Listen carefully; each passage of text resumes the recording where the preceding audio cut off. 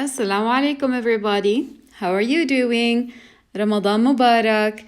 I hope you're doing very well and you're in a good health. Okay, so today's lesson is Unit 8 Vocabulary, page 98. Are you ready to start? Let's see, what do we have? Now, first of all, we're going to start with our goals. What do we need to achieve by the end of this class? Let's see. The first one, my lovely students, you should be able to recognize the new words. Then, you should be able to match them with their own meanings. And lastly, you should use them properly in your own sentences. All as easy as this. And you can do it. I'm sure about that. Let's move. Next slide and see what we have. Since our unit is titled under Money Mad, as you can see here, everything is related to money. Shopping cart, dollars, cents, someone is buying something, someone is paying, someone is making a contract, and let's see, what do we have? So you should be ready. All you need, your classwork notebooks, word lists, and your student books on page 98. Are you ready? Let's start. Well, the new words on this page, we will start on exercise A. So first of all, we will start with the words given to you in exercise A. Number one is cent. Cent. As you can see, the picture, follow the arrow and you can see what a cent is. 2. Circulation. Circulation means the exchange of money from one person to another in a society or in society. Okay? An example on this. The euro has been in circulation since 2002. Okay, so people has been using euro, buying things, exchanging euros for this period of time. Okay, let's move to number 3. Coins. As you can see in the illustration provided, the coins are very clear. Now let's move to 4. Counterfeit. It means to make money that is not genuine. A good example in this, the criminals who counterfeited euros were caught and arrested. Next one, 5. Currency means money used in a country. So, the example here says, the currency used in Jordan is the Jordanian dinar. Follow the arrow to see the Jordanian dinar. Okay, this is just a joke. No, let's move to the next one now. 6. Denomination means value of a coin on a paper money or paper money. So it means value of a coin or paper money. A good example here. The denomination of $1 is 72 piasters. So when you change the currency of, or you exchange dollar to Jordanian currency, so $1 equals 72 piasters. And down there, dollar, number 7, dollar. Follow the blue arrow so you can see the blue arrow, you can see the dollar. Now we will move to the next slide and see forgery. Forgery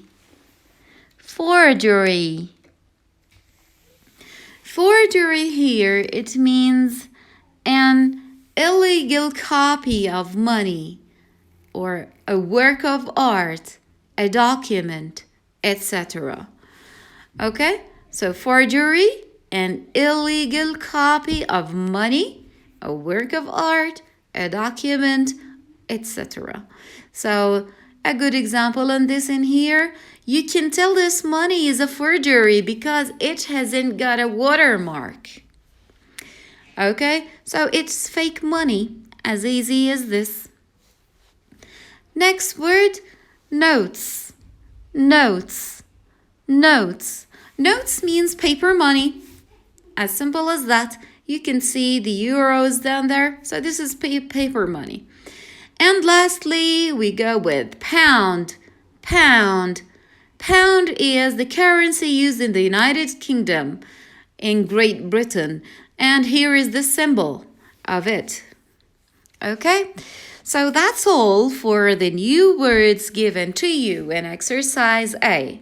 All you need, my lovely students, to do is you need to read the new words loudly. You need to repeat the correct pronunciation. Highlight them in your word lists and try to do the exercise. We will do exercise A in a minute. Move to your student books on page 98, exercise A. Now you need to do the following. You need to fill in the gaps with the correct word. You need to fill in the gaps with the correct word from the list in here. So let's read it all together. Cents, circulation, coins, counterfeit, currency, denominations, dollar, forgeries, notes, pound. Let's start. Paying in plastic. The former of Australia was called the Australian something. So, the former what of Australia? So, you need to go out there. Since it's talking about money, it's Australian something, just like the British unit. Okay, so we're talking about currency. Currency. Yes, correct. So of Australia was called, the former currency of Australia was called the Australian, just like the British one. What is it? It is pound. Pound. Okay, sorry. Maybe there is a technical, okay, yeah, okay. So just Australian pound, just like the British unit.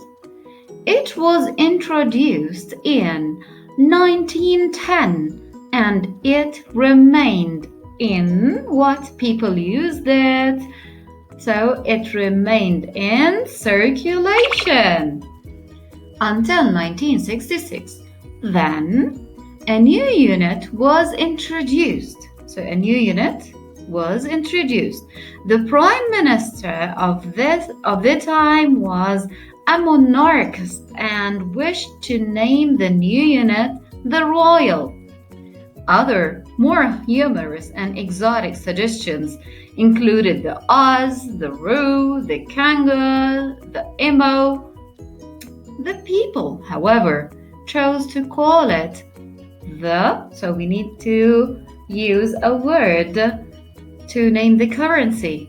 Okay? The dollar. Yes, the dollar. Subdivided into 100 what? So when you subdivide it into coins or cents, what a dollar equals 100 cents. Yes, that's perfect. Australia's currency now comprises what? Comprises something of 5, 10, 20, 50 cents. Okay, so cents. So we're talking about coins. This is amazing. Okay, so coins. Excellent. Let's continue. And 5, 10, 20, 50, and $100 what? Paper money. What do we call it? Paper money. Do we call it paper money? Or oh yeah, I jumped in here, sorry. Comprises, okay, 5, 10, 20, 50 cents, and $1 and $2 what? Denominations. Yes, excellent. I skipped this one, sorry. And then we continue, and 5, 10, 20, 50, and 100 paper money. What do we call it? Yes, we call it notes. Excellent. We call it notes. Australia was the first country to develop the plastic polymer banknotes to enhance security with features such as holograms that are much more difficult to. They want to stop something. They wanted to stop fake copies and something like that. Counterfeit.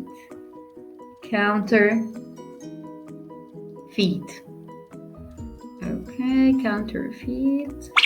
Okay, since the polymer notes were issued in 1998, the number of the last one, forgeries has plummeted, and countries across the globe are introducing the new technology. So thanks to Australia. Okay, so that's all related to this exercise. Now, back to the exercises. Exercise B. You need to choose the best word. And here in this exercise, you have pairs of words. And you need to circle the best one that fits the meaning of the sentence. Let's see the first pair. I'll explain the pairs to you. Then we will go and do the exercise all together. So, 1, we have crash and smash. What is the meaning of crash? Crash means to fail suddenly when we're talking about money, when we're talking about economy. So it means fail suddenly. An example in this, when the American stock market crashed in 1929, it was followed by a deep recession. And then smash. Smash means break into pieces. The example, as you can see, the glass smashed when he hit the window. Oops.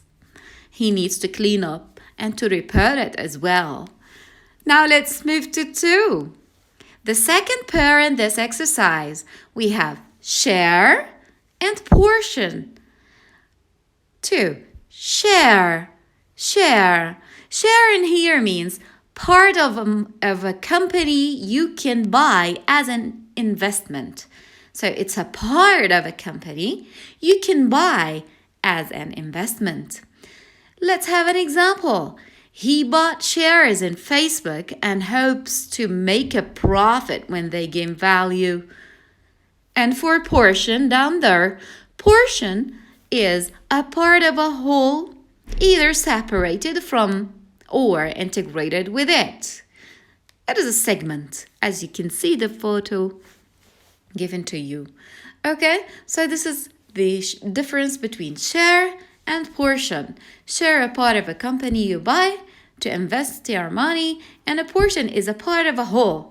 Okay, let's move to the third pair given to you in this exercise. We have fund and sum.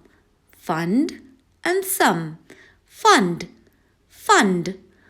means money collected for a cause. So you collect money to do something.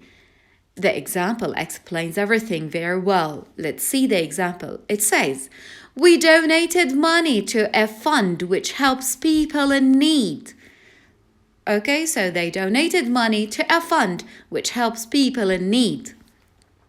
And sum down there, sum, it's an amount of money. This example says, this car costs a big sum of money, so you need a big amount of money to buy this car. Let's move to the fourth pair in this part. 4. O. O means have to pay something back.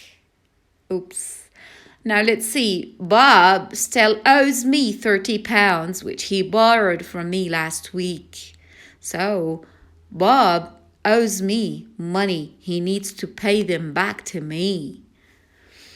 And down there, pay. Pay means to give money to in return for goods or services or something like that, okay? Let's see the example down there. He wants to pay the bill. Okay, that's all for this pair. Let's move to 5. Invest. Invest means to buy something that you hope will give you a profit. Let's see the example. He invested in gold a few years ago and made a huge profit when the price of gold went up. So, he invested in what? He invested in gold. Okay? Now let's move and compare it with speculate. So let's compare invest to speculate. Speculate means to buy shares, property, etc. Why? Hoping to make a large profit when you sell them.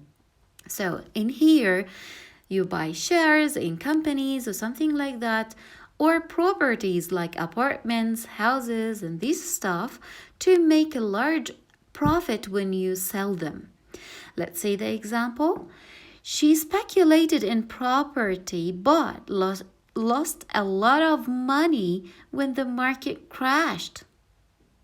Sorry for her. Now let's move to the last pair given to you in this exercise. Bank teller.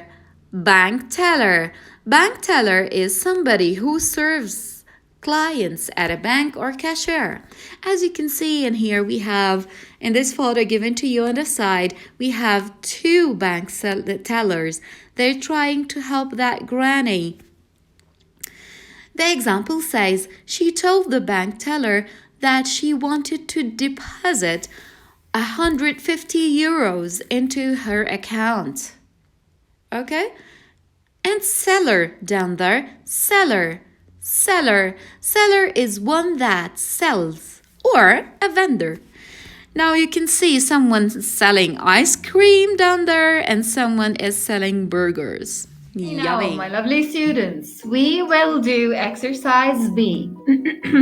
We had the differences between each pairs given to you.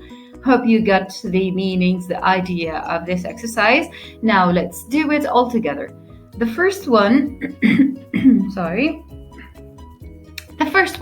when markets crash or smash. Do we break markets in here? Millions of lives are affected. So when markets, what happened to them? They, yes, crash. Millions of lives are affected. Unfortunately, it's very likely to what is happening now because of COVID-19. 2. We have decided to buy portions or shares in a telecommunications company. So you decide to buy a portion or share. So shares, yes, excellent. That's perfect. 3. Following the earthquake, a fund was set up to help the victims, or a sum was set up to help victims. Remember, we need to talk about collecting money to a specific purpose or for a specific purpose. So what is it in here? It is fund. Yes, excellent. Thank you. Now let's move to 4. I still owe or pay the bank a few thousand euros for my mortgage. Now number 4. I still owe the bank a few thousand euros for my mortgage, or I still pay the bank a few thousand euros for my mortgage. So you need to pay something for the bank. So you need to. So is it owe or pay? What do you think? Is it owe or pay? So it is owe. I still owe the bank a few thousand euros for my mortgage. And 5. I have invested or speculated in a second property and I will rent it out. So, is it invested or speculated? I have invested. Yes, that's excellent. And 6, the bank seller or the bank teller verified my details before cashing the check for me. So the bank teller, yes, the one who helps you. Let's check all the answers now and see what do we have. Yes, all of them are correct. Thank you. And that's excellent. Super.